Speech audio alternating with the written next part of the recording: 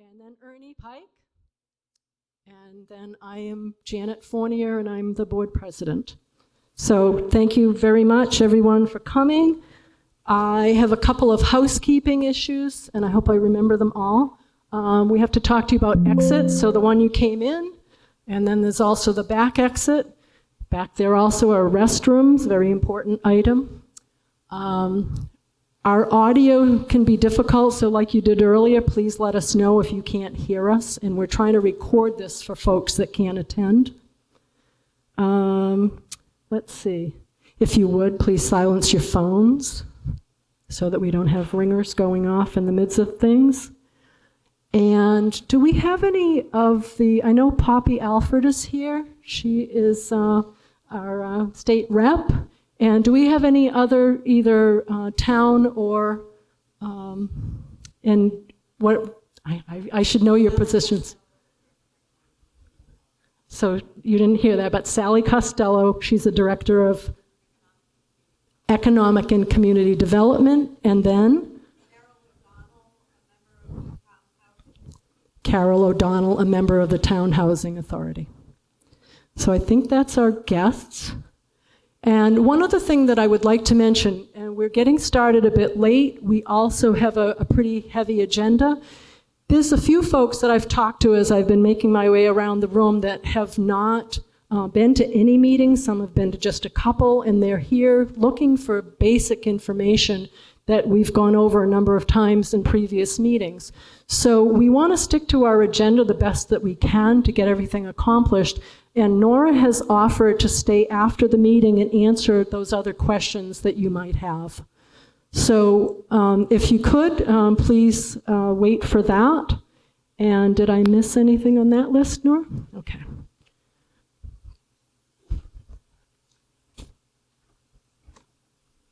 So the exciting news, the incredibly exciting news is that for those that were here last meeting, our last meeting was on May 15th, and we have decided to waive the meeting minutes from that meeting just because they're incredibly long. We haven't had a chance to review.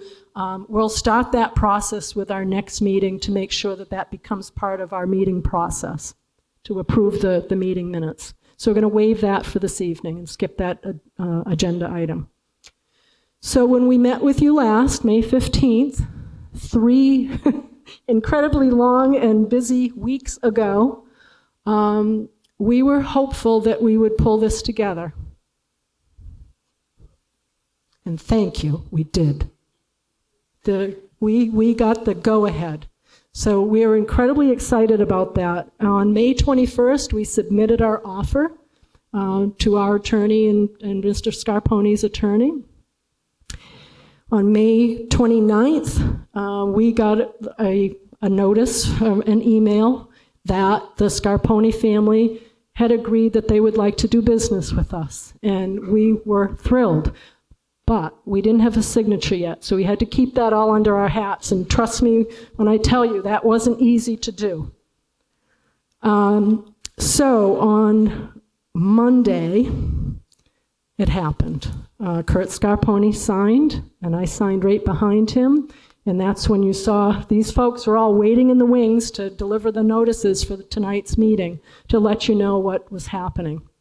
So thank you for bearing with us as you are trying to pull all this together. It didn't seem like it was going to happen, and it happened in a hurry. So here we are. Some changes that happened in our negotiations over that 3-week period is that Mr. Scarponi wanted to make sure that we were going to pass appraisal with our offer. So that has to happen in the first 45 days. He didn't want us to delay that in any way, and that was part of the first purchase and sale agreement. So we've modified that. So we have to have that by, mid-July? So we also agreed to allow him to keep the property listed during our process here, and that doesn't mean that he can cut in underneath us. It just means, like, if we can't make this all happen, the next steps of the process, that he can go on and do business with someone else. And then we also, at the very end of it, we had some paperwork to get together in order to get our our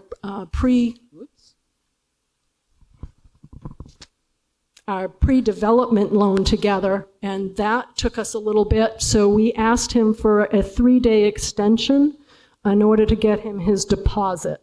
That happened this afternoon. So we're making great progress. Let's see, what else can I tell you to update you on that? So then we also, in the meantime of doing our deposit, we also are going to start doing our due diligence. We have to get our inspections done. But we have another 45 days on top of the first 45 to get that together. And we'll be working very closely with the seller on that. And then we have 15 days to close. So we're looking at the end of August to close if we pull all this together.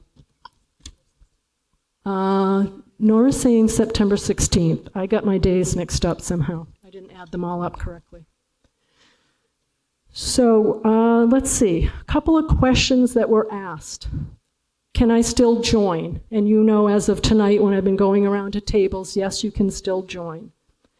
Someone asked me, what is the total amount that you're going to borrow? So there, in addition to what we've offered Mr. Scarponi, just like in any other real estate transaction, there are other fees. So it comes up to a total of roughly $27.6 million. That's a rough number, and it's huge, but that's part of doing business here.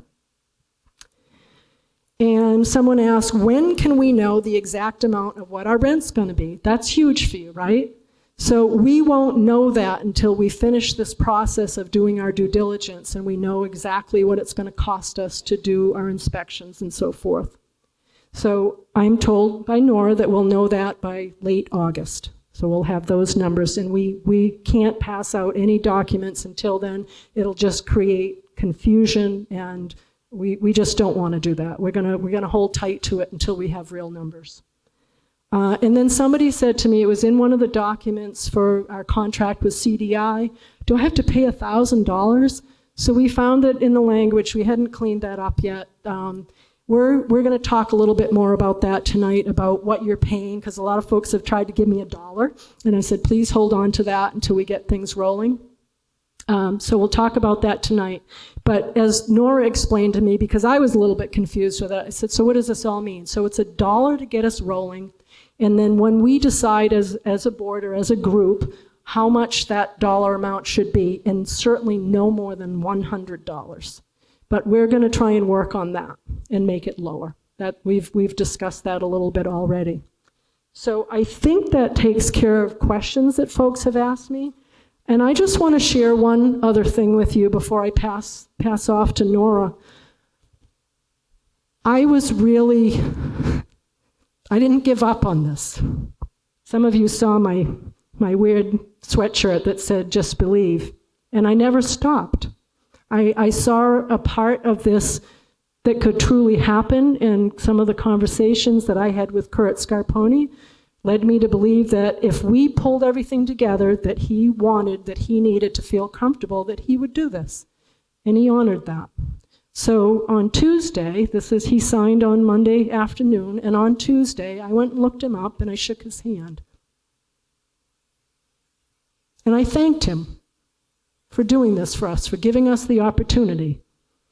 And the guy that can be such a gruff guy, he said, give me a hug. And he pulled me in for a hug. Yes, that is true. And some of his guys that work for him will corroborate that. And then we just went on to talk about some of the details. And I just want you to know, I told him, I said, one of the best experiences around all of this is going around to your homes and being invited into your kitchens and on your doorstep, and people were in tears on Monday night saying how thankful they were that this is all happening.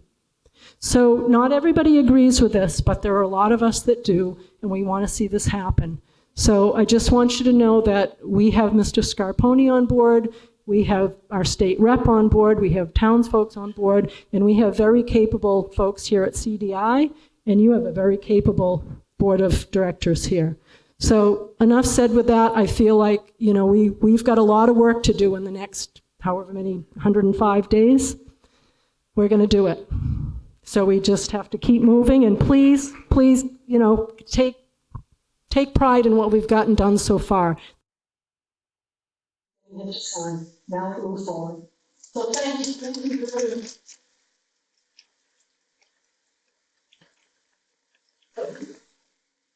So, is this audio okay? People were saying it was garbled a little bit, the 15th, is this okay? Okay, so we have 3 other mics on the table, hot mics here. For the board in particular, I have some open-ended questions with your discussion today. So feel free to circulate these mics. And then at the end of the meeting, after all the business is covered, there'll be open forum. So anyone can come, grab a mic, ask questions, make a comment. And then like Janet said, if this is your first meeting, point blank, or this is your first meeting in a while, have and stand and hang out after the meeting for as long as you want to hang out and go through any material that you feel like I missed that, I want to know more about this, anything like that. I just out of my goodness and I'm expecting people will come. And I want to start that with square one. I want us to come with the business for the day and then make sure that everyone gets their questions and their comments or so one thing that, and just in case anyone is really coming into the first time, talking to us, just to answer that. One, right here. My name is Nora, and we work for a nonprofit called Cooperative Development Institute, and we help the residents buy their mobile home parks and form cooperatives. We are not a lender, and we don't own parks. We do the whole process of technical assistance and advisory through the purchase process, and then we work with groups that have already purchased and stick around for a decade and more to help them run their business. And again, happy to say that after the meeting and answer any questions. And Brendan has been putting a meeting so we can send in links. And if I don't have their email, please come and read it before you leave the meeting. I've got people reaching out for the first time, which is great. We want everyone to feel that information at every stage of this process. And like Janet said, this is a 105-day process. You will make a decision on whether or not you are actually going to be the cooperative calls all the work. Probably the 3rd or 4th week of August. And you would actually close on the purchase, transferred September 16th at the latest. So if you feel like I missed the meeting, what's going on? You are at the very beginning. You'll see at the top of your agenda it says kick off for purchase exploration. You're now in contract, so you're now actually starting the process in a sense, even though there's been a lot of work that we're going to get here. So I don't want people to feel like they missed the boat and like where do I join at this point, or how do I find out?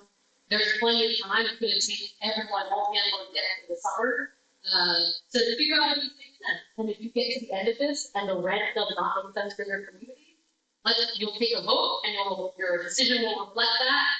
It's all about just giving you the information, helping you build a plan to buy. So if you do end up saying, yes, you want to do this, you're ready, and you have that opportunity. So with that said, I'd like to pose a question particularly to the board. It's a board meeting, even though it's an open meeting, so I love the board to weigh in. We did have a couple of people reach out, and I think it's important to discuss things in open, transparent meeting and say, I'd like to see the list of petitions. That's fine. People named and innocents who signed the petition. I go through the over process. That question always comes up. It's a fair question. It's not actually CDI. That's not we're not the arbitrators of that, so to speak. It's your community, it's your process. So I'd love to hear from the board. You guys can have a conversation, or you can say, we want to think about it for this week and adjourn it next week. I just want to raise it so people feel like their concerns are actually being addressed and not like they're being brushed under the rug. I would tell you from our best practice. Our best practice is the petition signatures. When people sign, they were not told that information was going to be public. So I always feel like if information could have been made public, you should tell people that when they're putting their name forward. So when people were signing that, it goes to the seller. It went to Mr. Scarponi and his attorney, and they accepted it. So they compared it with their rent roll and said, does this meet the obligations of the state law, 51% of resident voters? and the ball is kind of put in their court, so to speak. Normally, park owners are gonna like, if there's a problem, they're gonna say, no, you did not reach 51%. So that's generally our advice, and a group that has gone through this process with a lot of communities who say, if you're gonna disclose that information, you should probably go and tell everyone to sign that information is gonna be made public. The other thing I'd say is that it can get a little contentious. So sometimes I've seen groups where that information is made available, and then it gets really heated. I'm not saying that's like 100% your community. I'm telling you what I've seen elsewhere. Every community is different. So with that said, that's just a recommendation. You don't need to follow our recommendation. Just our 2 cents. I'd love if the board wanted to weigh in, or if the board wanted to open the floor. It's honestly up to you how you want to handle it. What I'm hearing. Is it still on? Sorry, I thought I pressed the button and shut it off. I guess the big thing that I'm hearing here is privacy. And certainly, you've seen me go around to the tables, and the folks that have the orange cards, they're your members. So it's not as though we're trying to hide anything, and I guess that my biggest question is, Nora, like, what was behind the question about knowing the list of names? I think it's just validating. Okay, so to make sure that we did indeed have the majority? That's what I would guess. That's, in other groups, that's why people ask. Yeah, so I think, what Nora has said is that she scanned and sent every one of those documents that were signed to Mr. Scarpone's attorney, and therefore he was privy to that, to know that we had that majority. So I feel that it's really, it's a privacy issue. I don't feel like we should have to divulge them at all. Nora, understandably, Kurt Scarpone did not want to give us the names and addresses of the tenants in the park earlier, so that we can make sure we reach everybody. And tucking flyers in the door is one way, but somebody can always say, gee, I've never heard anything, and all of a sudden somebody else owns the park. At what point can we legitimately say, please give us all the names and addresses and possibly telephone numbers of everyone that lives in the park? So starting next week, now that you're in contract and a deposit is being paid, you're going to get what's called seller deliverable data. It's going to include everything a third-party buyer would get. So schematics, any environmental or engineering plans he has, a rent roll, a list of people who might be behind in rent, which we'll talk about later on. Some of it is sensitive material, obviously. Some of it is like basic, where's the septic plans, so that would come probably starting next week. The broker will start providing that. You're right, a seller doesn't give that information prior to being in contract. So if you just knock on doors, as I understand it, to collect the information. And we got that information from the town, right? That's where we got it. Yeah, and then the town provided tax rolls. Yeah, and I think some of it, there were a couple that were a bit delayed, right? So we didn't have, but for the majority. Will he or her at any time send out another blanket purchase sale agreement to the entire, all the residents the same way that we did when there was another third party involved? So Pat and I brought 80 copies of it tonight, and I can send it out via email to everyone. I can bring another tranche of, it's just a lot of printing, but we're happy to. We brought 80 tonight, so if you want to leave with a copy, 80 lucky people get to leave with a copy. If you want me to email it out, just leave your email, and I'll email it out, and then I'll bring another tranche, bundle of them for next week's meeting, or next meeting. Any other comments on that? One of the questions that I received was, what's the benefit of becoming a member versus not becoming a member? I think that kind of naturally leads to the next item. Do you feel like I can move to the next item on the agenda? So membership sign up. So as Linda indicated, what's the benefit? The benefit is it's very similar to registering to vote. You have a vote in the process. So I think we talked about it, this is much more sensitive, Mike. I think we talked about it at an earlier meeting. You can join as a member and not want to purchase the park. You can join as a member and be undecided. You can join as a member and think this is like the best thing and really want to do it. Same way when you register to vote, it's not like you have to vote for one particular candidate or party or what have you. The idea is just like you have a voice in the process. The $1 is tied with the main state statute for cooperatives. It's like you have to make it legal, you have to exchange something to buy a share in a cooperative and have a vote in the decisions of that cooperative. So the idea is it's a symbolic but legally necessary component of a joining fee, so to speak. So if you are on the fence about being a member, you don't actually need to make up your mind until the end of the summer or years from now. It's not a time-sensitive thing. The idea, though, is you have people coming on board so that the decisions you make actually reflect, a number of households and not just one side of the street or the other side. So really the sole benefit is voting power in the decisions of the cooperative, which is big when you are deciding on these huge decisions. And to be clear, there's no difference when you sell the unit, that you're not gonna have a piece of the pie if you don't become a member. If you become a member, there's no personal liability for it, etc. Did everyone hear that question? Good. Mike is really talking to them. Yeah. So, to make it clear, there's no difference in between a member and a non-member when you sell the unit, or if the membership you pay, or any of the rules applicable to everybody along is going to be equal across the board.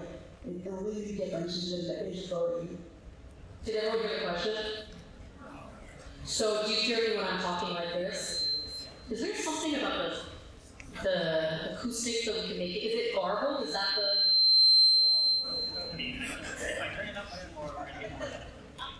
How about this? Is that better? Okay, that better? Okay. And yeah, it's like a very sensitive sweet spot, we got hold of that. So Linda's question was, is there rent differences? Are you treated differently? If you're a member, is there something different about the way you sell your home? It's like a ghost that I'm trying to... So the answer is no. Some communities, after they purchase, make a democratic decision to have a member and a non-member rent. And the reason being is they want to incentivize people to become members. I would strongly recommend you don't do that at this stage of the process. This is already a big decision. It would already be a rent increase. I don't think you want to penalize people. And I've seen a lot of nodding. So I think that's the sentiment in the room. So at this stage, unless years from now you feel differently as a cooperative, there's no difference in rent. Certainly in any cooperative, when you sell your home, there's no difference in how you buy or sell a home in the community. And there's no new liability. So Janet, in signing today, or signing the purchase and sale agreement, isn't assuming a liability for the Blueberry Fields Cooperative. If it falls apart, you don't close on the transaction. There's no personal liability.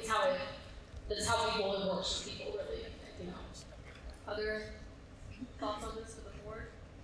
So what I would say is, tonight would be the time to start with the $1. I know people have been bringing in $1. This would be the time to make the $1 to Linda, to the treasurer. If you don't have $1 tonight, no problem. This is the point where you can get rid of your $1. It's burning a hole in your pocket. And if anyone at this point is like, hey, I'd like to join as a member, we have membership forms somewhere, I think at the door. And if you join as a member, you're going to get an orange card. That's a voting card. So anyone want to join? Do you want to open it up just for any questions on membership, particularly, in case people have questions on it? Anyone have any questions on membership?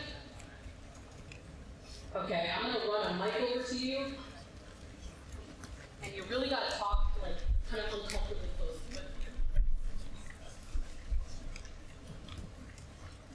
My question is just when you're saying to be a member, you get a vote. Does that include the vote at the end of the summer? So Yes. So the end of the summer, you don't get to vote if you don't join the co-op. Yeah, that's correct. You have to be a member to vote. And at the end of the summer, when we're voting on this, you're notifying you to make a purchase. Then if you're a member, you can vote. If you're not a member, you don't vote. That's it. Everyone hear that question and the answer? Great. Do you want to repeat it, Tom? Yeah.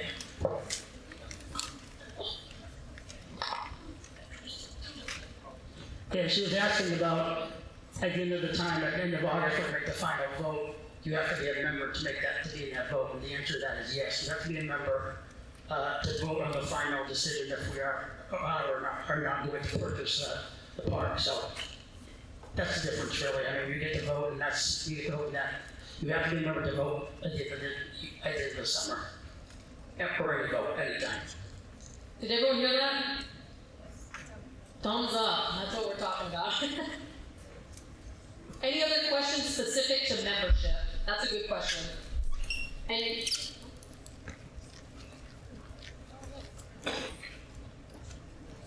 I just wanted to say, I went around to the tables tonight before we got started and told folks, we have two things that we're voting on tonight.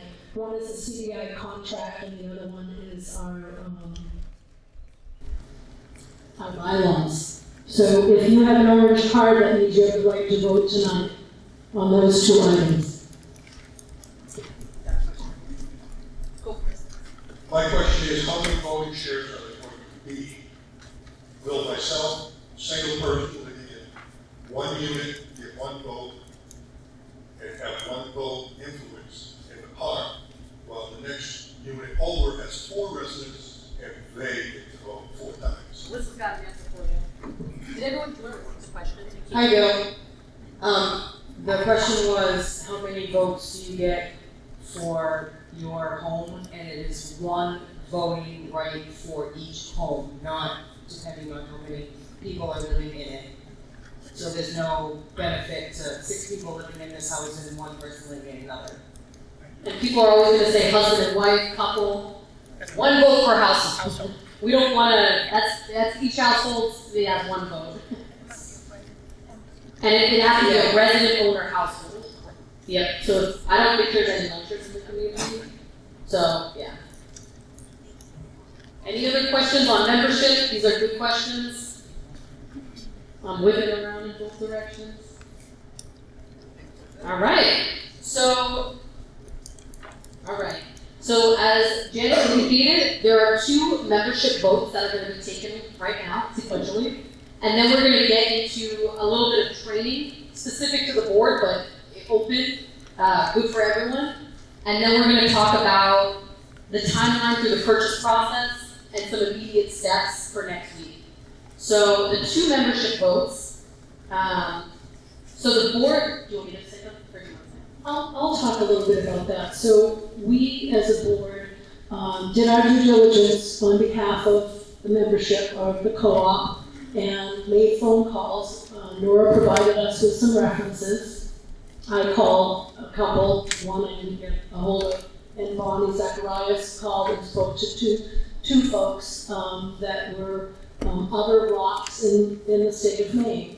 And the feedback was great. It was very helpful. I won't bore you with the details, but they just said that they couldn't do this without CDI. So we did our due diligence. We had a meeting on Friday evening.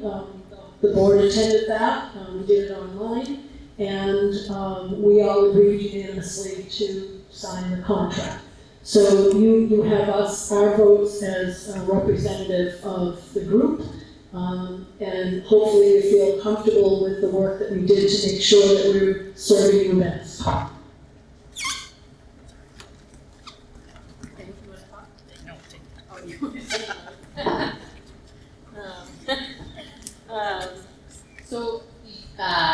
I think if the board would call for a membership vote to ratify the contract with CDI, so the board voted, but it needs a membership vote to basically ratify the board's vote to hire the Cooperative Development Institute. So if someone on the board wanted to make that motion, second it, and then if you put your voting cards up and do yays, nays. Motion to vote to accept CDI as a representative for this transaction and sometime thereafter. Second. All in favor? Raise your orange cards. And now we have the fun task of counting. So you could keep them raised. Unless you don't want to vote, yes.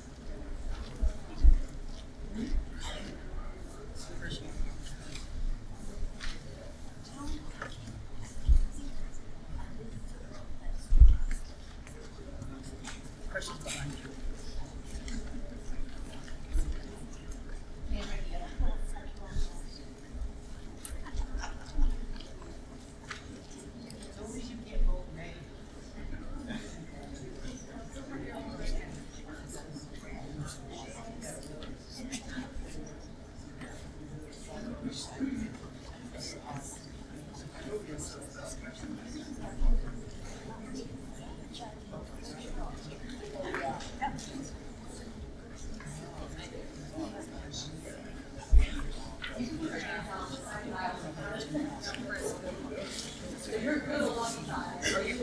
Yeah.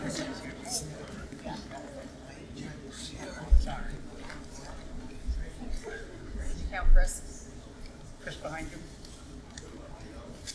Board member. Sorry.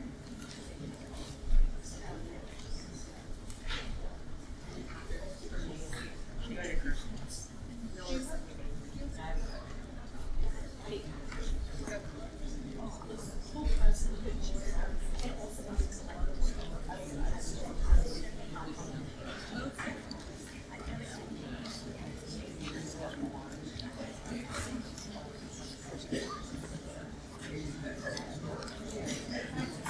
Are there any opposed?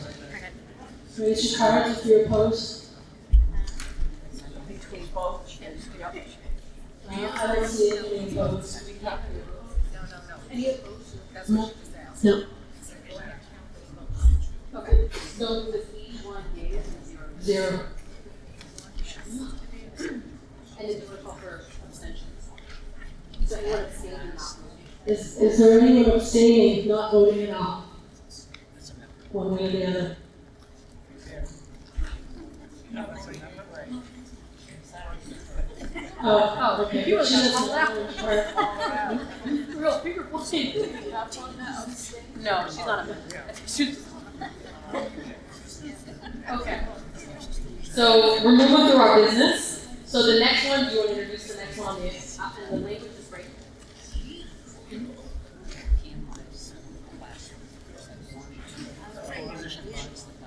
Oh, good. I get a card to read from, hallelujah. The membership shall elect interim directors and officers. Only those households that have paid a joining fee may vote. So you voted on bylaws months ago at this point, and so you're just adding a sentence to say that in order to vote, you have to pay the $1. So effective moving forward, you're just gonna say that like to vote on the purchase at the end of the summer, it would take that $1, and that's to make it a legal vote on the co-ops. Like we just talked about, you need to buy a share for it to be a legal vote in the cooperative. So we need to add that language to your governing document. Does that sound, any questions on that? I don't want anyone to take a vote without all the context. Any questions on that? This is like really dry logistics, but it's necessary to get this thing launched, so I appreciate your patience. You ready to vote? Well, I'm gonna get good accounting for this. Do you wanna call for the vote? We have to do a motion or just call? We have to, you can make a motion. Okay. I'll make a motion that we vote to amend the acquisition bylaws. Other directorship, not the president. All right, I'll make a motion that we amend the acquisition bylaws to include the following sentence. Membership shall elect interim directors and officers, and only those households that have paid a joining fee may vote. That was my motion. Second. We got like 3 seconds. I think Miranda's just gonna pick one. And then if you wanted to call for the meeting. Please raise your cards for a yes vote. We had a question? Yes, sir, question? In the future, with these sort of votes, will there? In the future for votes of this nature in the open meeting, I think it'd be more appropriate to be a motion offered, seconded, discussed then vote. Okay. Yep, point taken. We haven't done that in school. So the motion, that's point taken. So with Bruce, we like to move in the direction of parliamentary procedure because it might be new for some people, but we can get right there right now. So the motion was made and seconded. So do you want to call for a discussion? Any questions or discussion?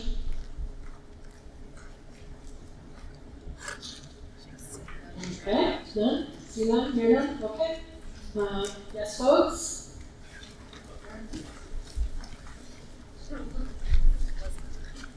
Yeah.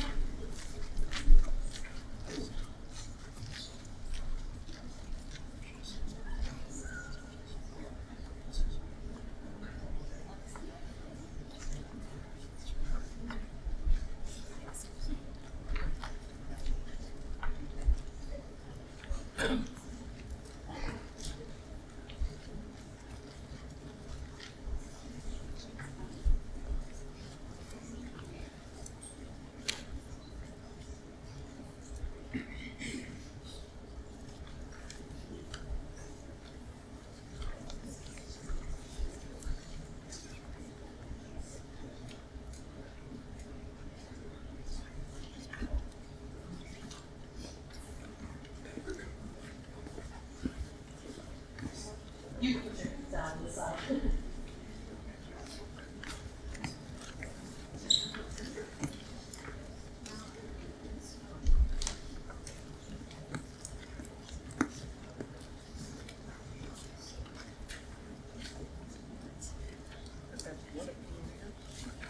It's okay, so it's 81 again.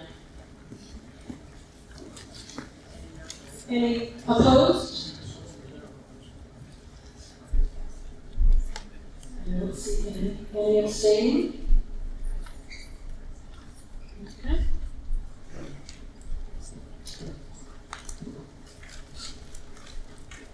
Okay, ready for the next item?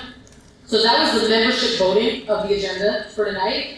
Everything else is gonna be kind of forward focused on training, and then we're gonna tap next steps and then open forum, open it up for any questions or comments. That sounds okay? So, okay, so I brought binders.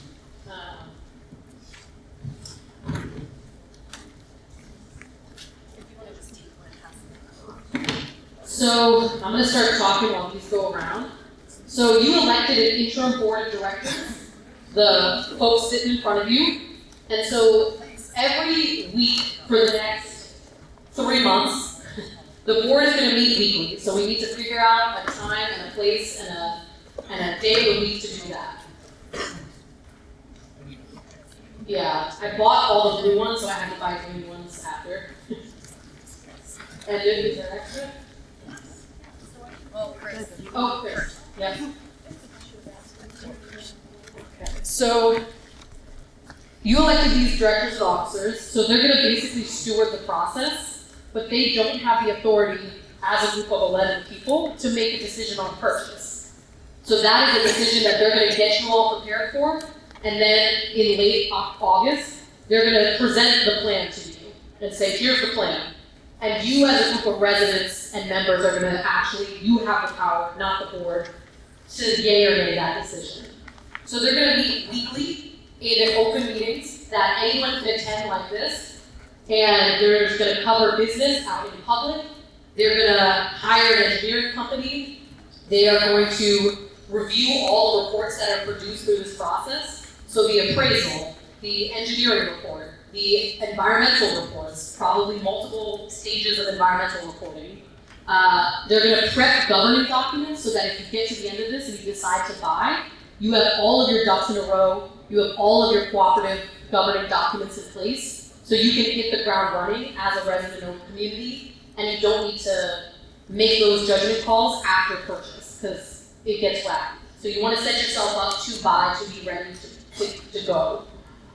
So I'm gonna just do this first training. It's super 101, but it's useful. It's gonna touch on the different types of meeting. It's gonna touch on some basics of parliamentary procedure. I'm gonna try to make it lively, but it's good to cover. So some context for this and for these, the binders you got have all the things you've signed so far. So it has the purchase and sale, it has the agreement with CDI, it has the handouts for tonight. It has the signed letter with the attorney that you retain to represent you through the transaction. You'll build that binder. It's going to be many pages of paper by the end of this process. And the idea is that if at any point a director steps out of the seat and someone new comes in, the binder lives with the seat, not with Melissa. You don't want that for the rest of your life. So the idea is it's a living thing for all the directors that you have down the road in your cooperative. So some context or like some framework. You might be coming to these meetings and say, why are we wasting time talking about X? We have this huge decision before us. And the idea is that we build this process, you build this process week by week for the next several months. Again, so you're ready to go. It's not a seat of your pants decision. You're gonna step into being landlords, property owners of a multi-million-dollar housing development that is housing almost 300 households. So we're going to cover a fair housing law. You're going to be stepping into managing a huge property, so you're going to have to make decisions on a whole suite of vendors. You are going to be soliciting financing proposals from multiple different lending institutions. So we need to be talking about that. So we need to meet weekly to really just go in depth. And those meetings, I encourage them to be open so that people can see this happen. You can see the discussions that take place. You know that things are being debated, different viewpoints are being heard. It doesn't feel like one day it just walked into one director's head and it's just their thing. If you guys do this, you have to do it together. So that's the idea of having these meetings that everyone is welcome to. And so, you're at this point where you're deciding whether you want to buy it, and if you don't buy it, the other unknown company would purchase the community. So it's this fork in the road that we've talked about for several months now. And either way, there's a big change, there's a big unknown. And so the idea is that we, as part of this, we take it in bites. We try to make it as manageable as possible so that you can kind of take on this unknown in steps together and you feel like you're all working in the same direction. And at the end of the day, you've done this big collective thing, but you make a personal decision at the end of it about whether it actually works for you and your finances. And that's personal. It's an anonymous ballot at the end of this. So you vote how is best for you, So we build it together is the idea, and then you make that personal decision at the end of the day if this is right for you and your household. So the trainings, the hope is that these don't feel like a waste of time. The hope is that they give context, they make it feel like you have procedures in place so the decisions are done legitimately, so people trust the decisions are being made properly and there's no questioning of the decisions, so that people know when the meetings are, who's participating in the meetings, what they're talking about. So you want all that to feel like manageable and understandable, so you can tackle the big questions that are going to come up through this process. Nora, question. I'm just curious, are we going to come together in person for all of these weekly meetings? I know we had some discussion about doing them online and then having folks welcome to them. I think we should talk about that later on the agenda.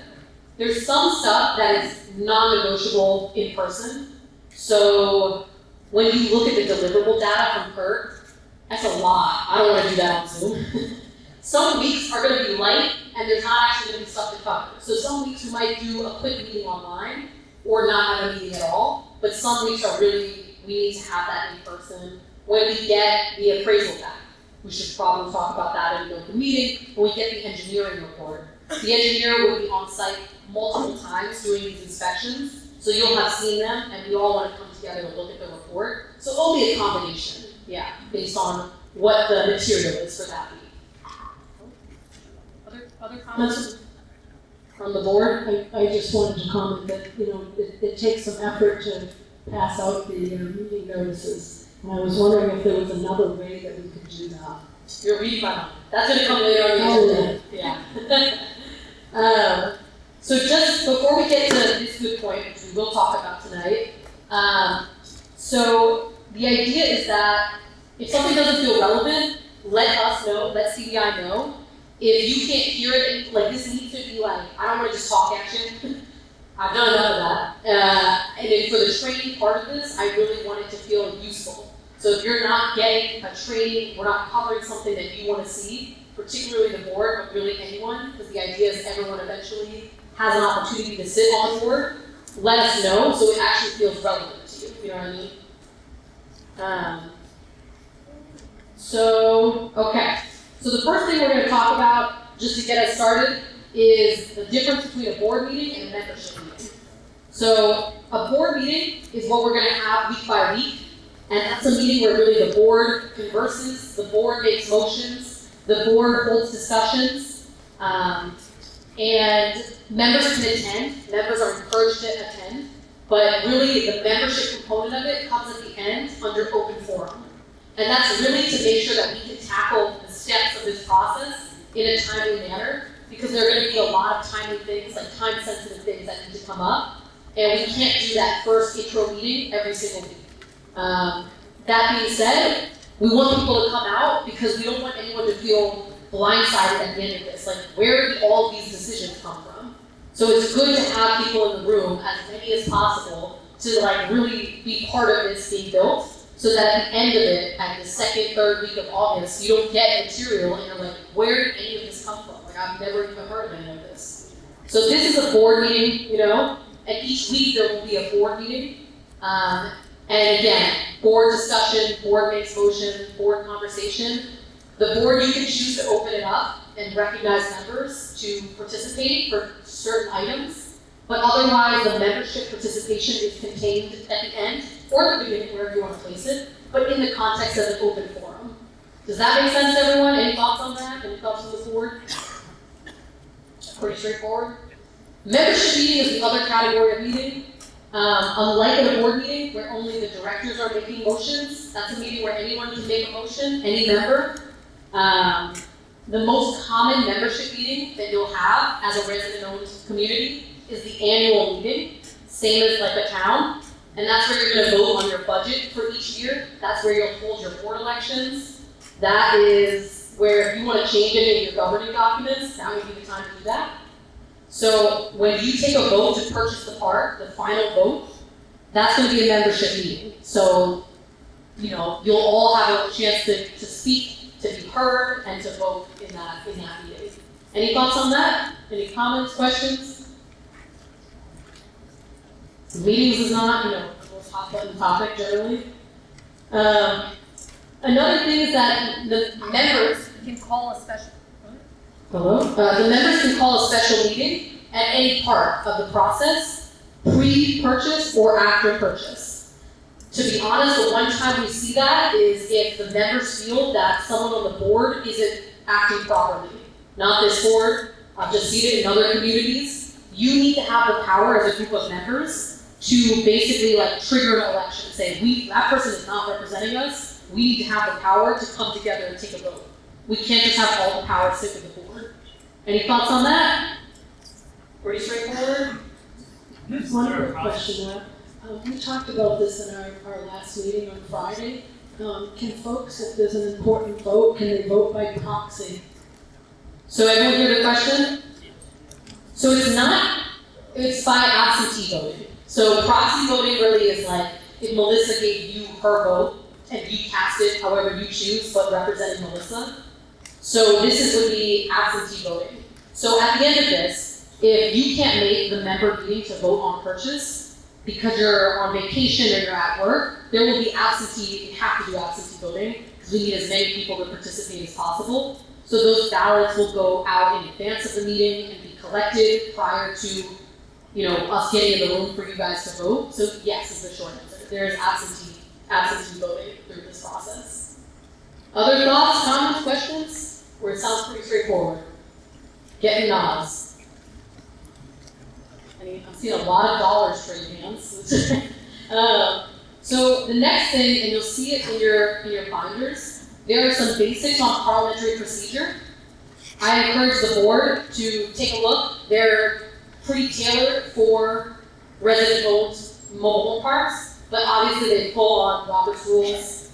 Have people used parliamentary procedure in other facets of your life? Yeah, I see a lot of nods. So I'm not going to belabor that point, but I would encourage the board to give it a read. It's something that you'll all follow, as the gentleman brought up. You know, we want to make sure that decisions are made in the context of a motion. The president is the host or the good entertainer. You're calling for motions, but she's not actually making motions.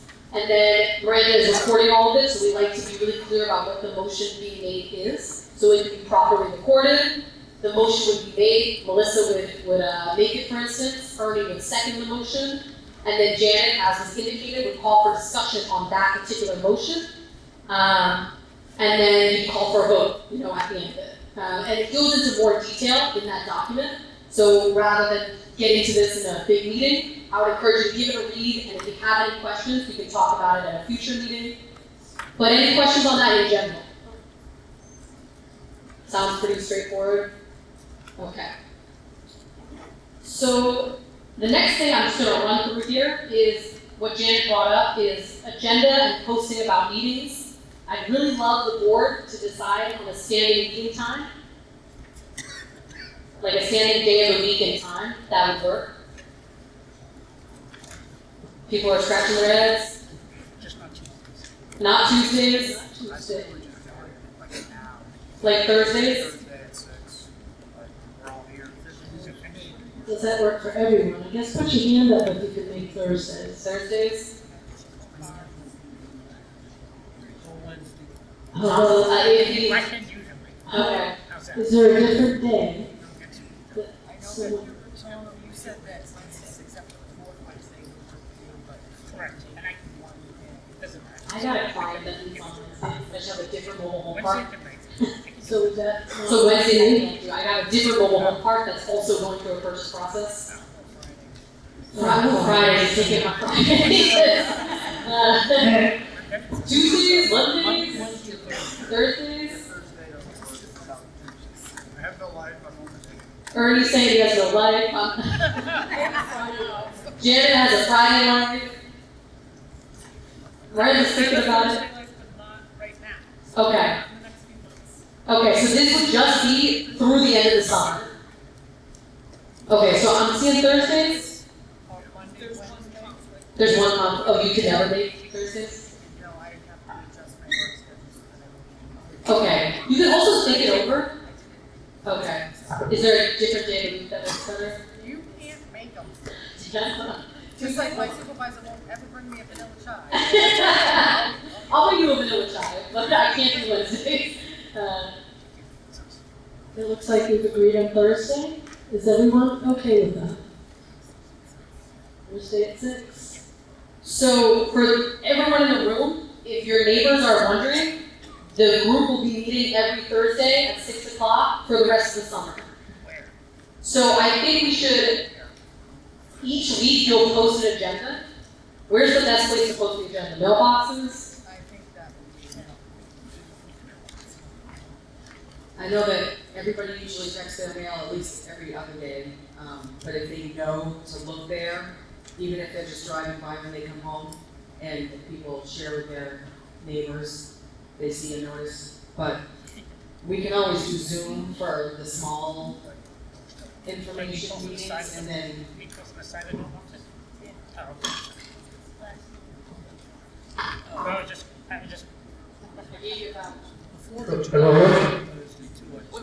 Okay, works now. I was just confused what you meant. You mean like posting where we see the lost after the, I power wash at home for $50 kind of things. you know how we posted one on the cluster box? Yeah. this time, and we put it on doors? Right. We're trying to reduce the having to walk around to everyone's home. If they know the meeting is gonna be on Thursday at 6 o'clock, That's fine. I you just, can just put a reminder notice on the cluster box. okay, yeah, I'm up for that, personally. Do you have like a enclosed like like a kiosk or like a sandwich board? Yeah. For people who are coming out to the meetings, is the mailboxes sufficient? What about an email list also? And we'll email, yep. So, I'm not usually home. Yeah. Business time is on. Yep. We'll do a combo. So every week I'll email it out. So everyone who's given an email, you'll get it, a reminder, and it will either say we're at the high school or we're gonna meet online. And then for people who don't have email, it will be posted at the mailboxes. Does that work? I think so, and, in addition to doing, when we have in-person meetings, we can also record our meetings online. Yep. So we can hand those off to folks that work or just aren't able to attend. All the meetings will be recorded anyway, right? Yeah, all the meetings will be recorded. And there, yeah, I don't know what that is. Oh, yeah. He's the one Okay. who created. So we got a hand over here, Chris is gonna go, and then a hand over there. Yeah, so in addition for community organization, I started a Discord server. If you're not familiar with Discord, it's a program that's basically just chat rooms.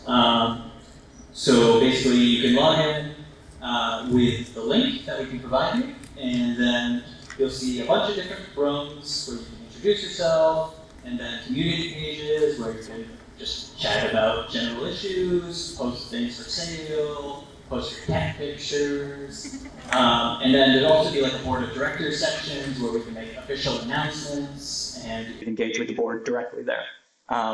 That also has live voice chats and video chats, and the meetings could be conducted on that as well. So that's going to be growing and evolving as I have time. Any other ideas about how to get the word out about the meetings?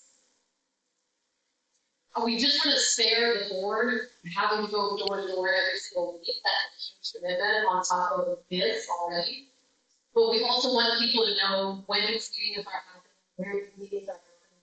So we're trying to work on those two things. Sound okay? So if I'm understanding, I'm gonna say that whether it be just an email and then it's on the question box, but if we get to the point where we have a significant amount of information to go over, we can take the time to go in and absorb. And then even if we don't even notice, we can it's like. That's good? Yeah, so for the big ticket meetings, there'll be a door to door. But for the stuff like this, we'll talk about logistics. We'll do the mailbox, we'll do the email, Chris will do the Discord. And if there's other people are special people, yeah, Facebook is fine. So that's on the here. So the agenda will go up if we do it on Thursdays, probably on Mondays, give you a heads up. We'll all send it to the board, say, hey, this looks good, and then if it's posted, you'll say either Highschool or Zoom. I'm seeing a hand up on over here. So that way you'll have a couple day heads up to know where you're gonna be basically.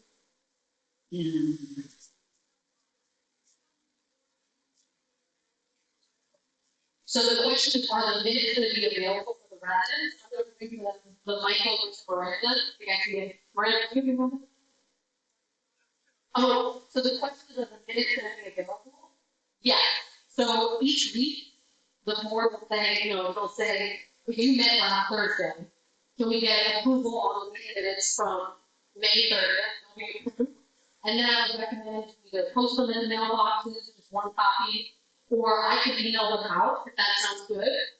And that way they're available to everyone to provide them. Does that sound okay? I would like to, if it sounds okay, before done. Is anybody interested in the Blueberry Phoenix Facebook page? No, I was thinking about painting one, but I really want to do it if I'm just interested. Yeah, I'm seeing a lot of hands going on. Does anyone want to talk about this? I mean.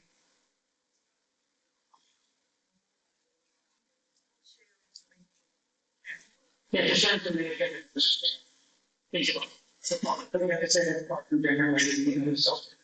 You can get it, we can over. We know the official, it's going to be official. I couldn't find it, I was looking for it, and you found out that you said on your website.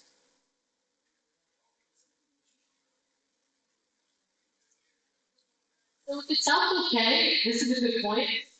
I've done it before. It's through the CDI workers. If you have a different way you want to do it, go for it. If you want it to the work taken off, I'm happy to work to set up the website, and then we can post things there. I like to do some protection, especially when we're getting to the appraisal component of this. Does that sound like something the board would like to work on? Does that sound okay? You can make a motion. Yeah. I would make a motion that we let CDI help us incorporate a website to share information with their field cooperative. And this is just be a board decision, it doesn't need to be a member. So you call for a roll call of the board. No picture. Yeah, I don't think. Okay, so to the point raised, I'll work to set up a website, and that way I'll come back for your next meeting and report back, and we can get that established. I'm also going to give, I think, for probably the email list that I have. I don't want to, it doesn't feel appropriate to me for CDI to be group that has that email list. You should have the power to send out emails without having to go through me. So we'll make that transfer, but obviously it'll still be private. We're not gonna CC everyone, so you can get everyone to that. So you'll be CC everyone.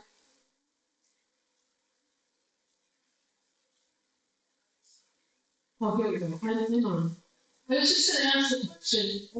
Anybody that's a member that does not have an email address that they want to share?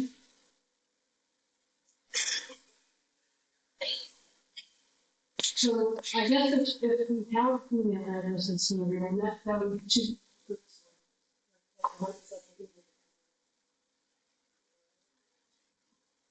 If I get concerned with too many chats, so I love it. I would love to share I would love that you will say, but for this process, we're going to have to do it.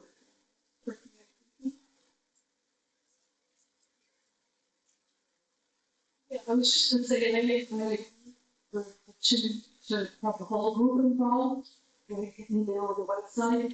I know for us that an organization like trying to keep track of our emails, unbelievable pressure, sometimes 35 minutes long, it would be really confusing things at once. So that is why we brought up having the Discord with Chris, and I would like to pursue for our benefit. Okay, so I think we can keep thinking it over. If I'm understanding the directive that I was just given, I'm going to work to set up a website, and I will come back and report back at the next meeting to say, this is the website, this is how we're ready for it. Is that okay? Other people, standing meeting time for now is Thursday at 6 o'clock, and you can keep an eye out at the mailboxes and on the email for whether it's going to be here in the high school or if it's going to be held electronically on Zoom. Any big stuff, it's going to be in person, so just know that. And all meetings will be recorded and made available, Chris will make them available for YouTube. And I think we've got a big 10 minutes, we'll post it at the mailboxes after we get formally approved. Does that sound okay to get this process going? One more question. What about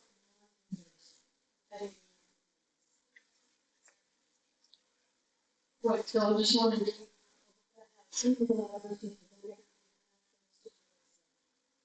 Then we'll do the question.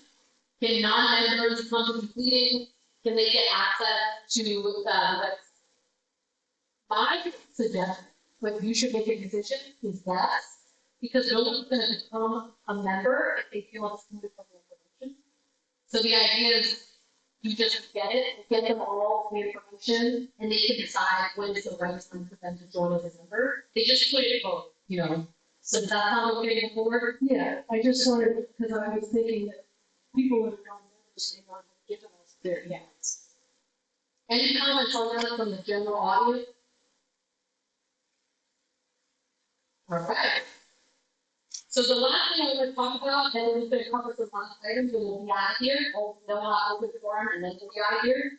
So there is some stuff that's going to come up in this process that you don't want talked about in a meeting with 100 people. And that's why I have what's called an executive session, which I'm sure you have with other forums, other businesses, other jobs, other walks of life. Just to rehash, in case this is new for anyone, you know, these meetings are going to follow open meetings, so they'll be posted, you know, this agenda. The idea is that members can come, residents can come into the board, have an open discussion, formal votes. Doesn't feel like this is all being decided by one person. There's good protection for the board, because people can't accuse you why did you make this decision. You can say, no, we took a vote, and it's split 7-4, and it's properly recorded, and it's it protects everyone. But as part of this process, you might, for instance, will get a list of what's called accounts receivable from Mr. Scarponi. If you're buying a business, you want to know that that business is actually taking in income rent. And if there's a problem with rent payment, you need to know that before you commit to buying a business. So I went through the process, I don't know if I was doing this last year, 2/3 of the community was not paying rent. That was the same, and I'm just gonna call it a negligence park owner, it was not in the state, it was in a different state. And they didn't know that before they committed to purchasing their park. Because, you know, well, we don't want people's names just like out and about, like so-and-so and you make so-and-so and not pay their rent. So for that example, for that item, the board would go into an executive session. You would, you know, call some candidates, say, okay, we're gonna move into executive session at 7:23. The minutes would not be taken during executive session. You would not take any votes in an executive session. You can't vote if there's no minutes being taken. You would have discussion if necessary, and then you come out of executive session and report the time. And then at the end of the meeting, you adjourn the meeting. So that is really not living, and some group that are like constantly going into executive session just to like gossip. Well, it's not that. It is really just to discuss items that is independent sensitively, or if you're engaging in negotiations with the farm owner, and you don't want 277 households to know what you're gonna do or what to do with. That would be another instance for like sensitive attorney matters or negotiation, when it like is beneficial to your cooperative, not to show you. Any questions on this? Comments? Just get some basics out here and then take off forward. The mic is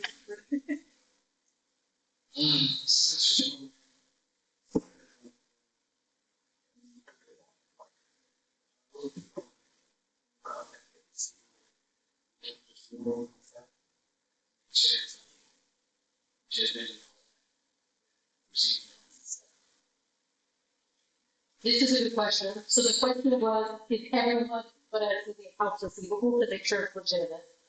The short answer is you're not going to see names.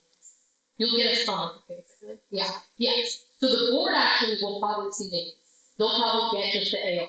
They'll just get like pulled right into the guy who runs QuickBooks or whatever software. They'll probably see names. Sometimes I just need to figure out how to going to provide the information. We don't know what people think. Most likely, we're going to say, can we just get it some? You know? So you need to know that information. If most of the community is paying rent, you probably want to factor that in on whether or not you want to buy. So you have to get that information. And the board will see it, and then it will be publicly, like the summary of it will be publicly discussed in the meeting. Does that sound okay, everyone? Okay, seeing not. So that's the executive session. The next day, quickly, we'll come to the end. I have a well, through that's what I'm getting at. So you'll see in your everyone got and the board got it in two things. One is the calendar of the next 4 months, and one is really I try to be like a graphic designer or something. So I just borrow some. Thank you. So the calendar. I encourage everyone to like fill this in, the board stuff. I can put the big ticket items that we know now on here. And I really want to say that this process takes time. It doesn't happen overnight. If I can come to you and say, this is the income free, this is the solid technical rent amount, this is the solid technical infrastructure needs of their park, you would look at me like I was crazy. How would I know that? We have to kind of methodically go step by step. I know that's in the meeting. I just wanted to provide it on the calendar.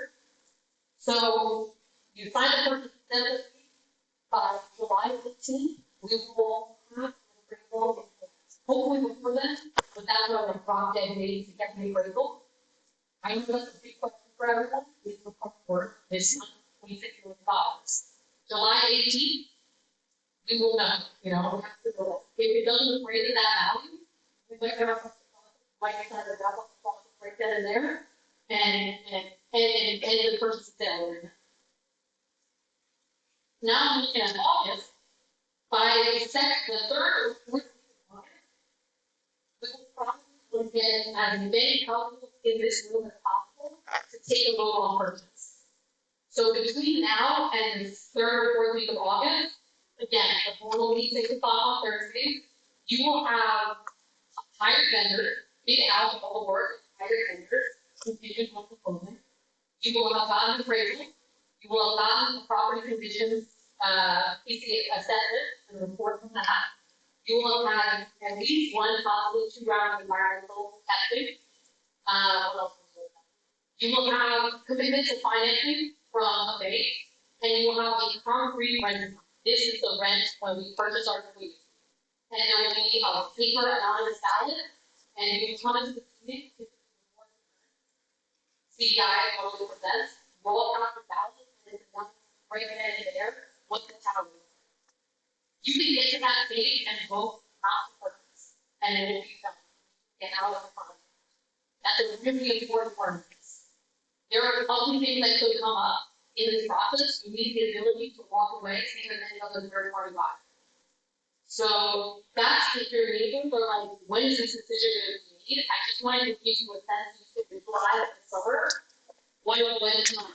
Any thoughts on that? If you decide, yes, I'm just gonna finish that chapter, it's up to you. If you decide, yes, this makes sense for us, we want to buy the leases, by September 1st, the 90-day financing, that comes to the law. We would have had your attorney go to Mr. Carponi and say, all right, the residents are doing it. We got their money. And then by September 16th, that is like the drop dead date when you would sign the paper, the deed is transferred, you would be the official owner of the property. So getting into the contract was a necessary first step. Now we do all the fact finding. And we uncover all the stuff. You did the hard work before, and now you do the hard work after. So I want to put this a little bit more than comments first on that. I just need something as a calendar for my own sake, so I like to give that to everyone as well.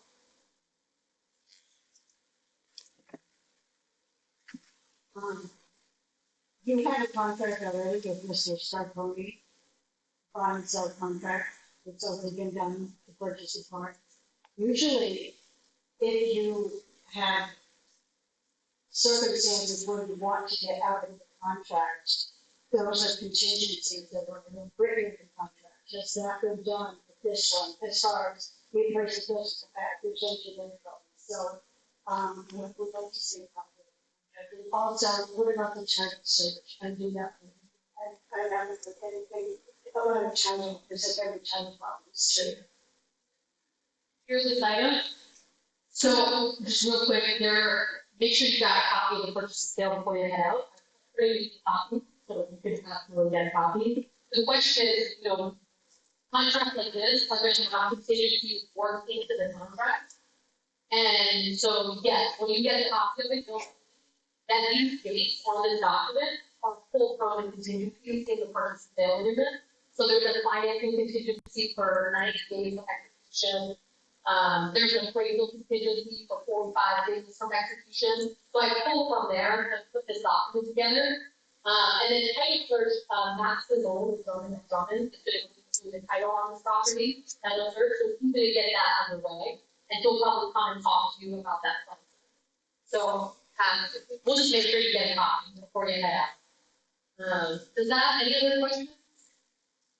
And if you need a copy of the purchase and sale, again, I don't have any copies, so, grab one.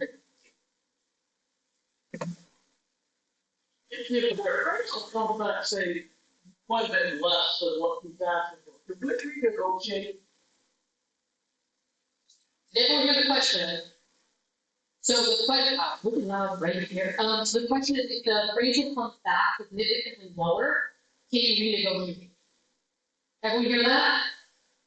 The answer is, we can definitely try. I've done that before. But then we negotiation about what the residents can pay. Just sit down with benefit.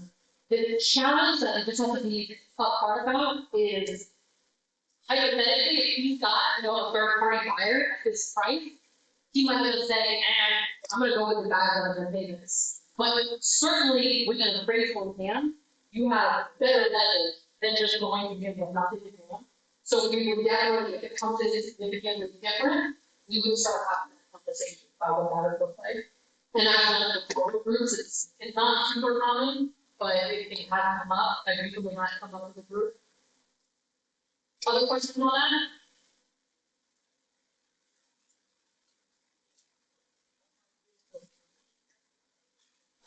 Planning questions. If we mention the rules and regulations for the park are set up.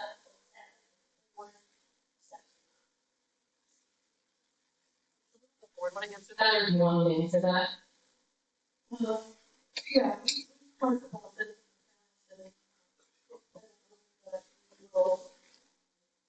We can help with the both groups will keep the same rule for the first couple months as they're getting their other things set up, and then begin the process of amending them. The board normally, or a rules committee established for that purpose, would compile like a proposal, but the resident membership would need to vote. So we have the Jim said it's a democratic decision at the end of the day.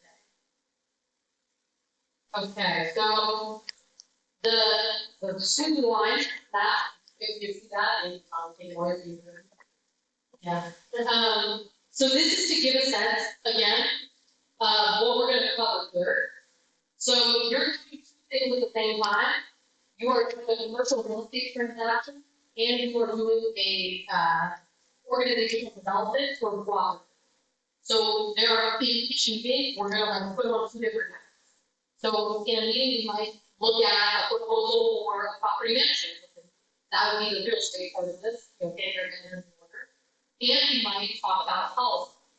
So this is just giving you a sense of some of the policies we have used for every level thing on this document that we're gonna look at in the spot. You don't want to read an issue and then have to write a policy to address that issue. So if someone is tasked with all of it, you want to think about it as this what we do with someone who's tasked with it. If someone is moving into the community, and you want something to write, say this is the credit and then put a little background check criteria that we want those people, but you are the decision maker. So the goal is to put it in writing, make it transparent, make it consistent, make it legal, of course, and just have all that lined up so that when the papers pass and the deeds transfer, you don't need to get together in a room and say, oh my God, we need to do all of this. So this is just to give you a sense of over the next, if you're asking yourself, what on earth are you going to do for the next 2 months? We're going to go out this week line, and we're going to go through the commercial real estate part of this. Any questions on that? You'll see bylaws in here, you might be asking yourself, I thought we already had bylaws. You had like the quick version of the bylaws to basically govern you over the next 4 months. If you become resident owned, you are all of a sudden a landlord and you are a multi-million-dollar business. You can have your set of bylaws to govern your business as a resident. So you find a legal development, so you have something ready. All of this, if you come to the end of this and decide on a person, it's all contingent on top. It goes away. So you don't want to get to the end of it and have done none of this and then have the word September of your life. Sound okay? Okay. The last things that I'm going to be down on about tonight are the board binders, and I'm just going to describe them to the room because you're going to get them in the mail. That sound okay? So I included an infrastructure survey and an income survey in the board binders. So the infrastructure survey I'm going to talk about first. You're going to have to consider of hiring a civil engineering firm to do a project report. We talked about that in a couple of meetings. That engineering company is going to come on site multiple times, but they don't live in your community. So they want to hear from all the resident households ideally. So that report, or excuse me, that survey, 4-page document that you can look at and everyone will get in the mail. It asks you every single problem you've ever had with the infrastructure in your community. Swimming pool, when it rains, if you have backups, if you have electrical issues, if you have issues with your walkway, your driveway, this is bringing the novel about all. Any questions on that? Bring forward. Ken, no, Chris Porter. Oh, okay, so I as infrastructure director, I don't know anything about that. So we'll just set it up, President Ken, take it to return to him. Last thing for tonight, income survey. The income survey is a one-page form that you're gonna get in the mail.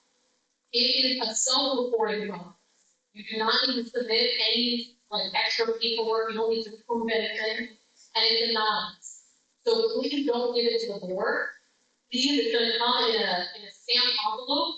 If you can fill it out and stick it back in the stamped envelope, it goes to a PO box that the CBI office manager stamps everything.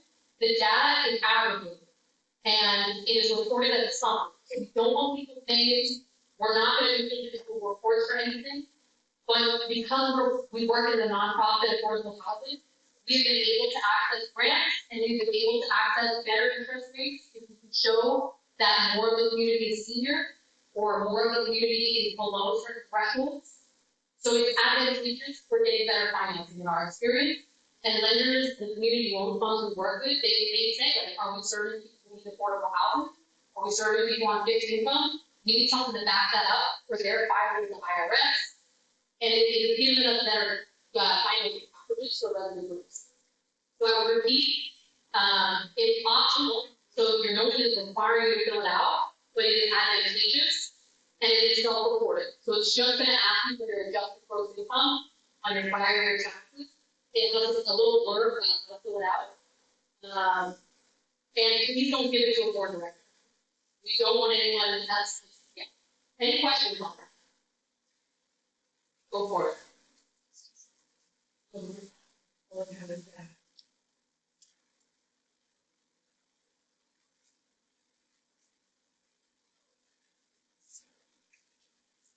So the question was, when you get the income survey, are you sending that and to a pre-stamped, address on it? You're gonna get an envelope that has a infrastructure survey, and you're gonna get a second envelope, probably during the mail delivered on 2 very different days, that is gonna have the income survey in it. The income survey envelope will have a pre-stamped, pre-addressed, smaller envelope in it, so you can return it. So all you gotta do is fill it out, stick it in the pre-address, and send it to Northampton Mass. Sound okay? And it'll come with a little cover letter that explains what the heck it is for the people not in the room. And it says, not everyone needs to fall below a certain threshold, not everyone, there's none of that. So it's just saying it's in your benefit, that's the idea. And that's the last thing I have to talk about for tonight. So if you want to open it up for the forum or any director that is involved on the survey.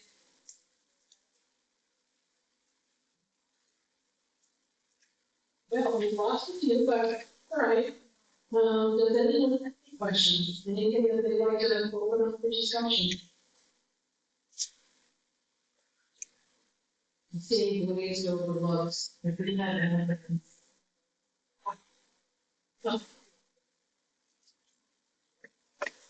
My question is, when completing articles of corporation, will our county documents put a limit on the debt that the board of directors can incur? My question is, will our county documents put a limit on the debt that our directors can incur? The directors can't incur any paycheck, right? Not on their own. That's what we need to, create all the documents will state. Yeah, that's what we said before, right? Clarify the question, do you mean the directors as individuals or the directors on behalf of the cooperative? So the directors are gonna go through the process of soliciting financing options, and basically present that to the community. You want to take on this financing, this debt, and that's what it's going on, and the way we move on. They can't take on debt to purchase the property. Yeah.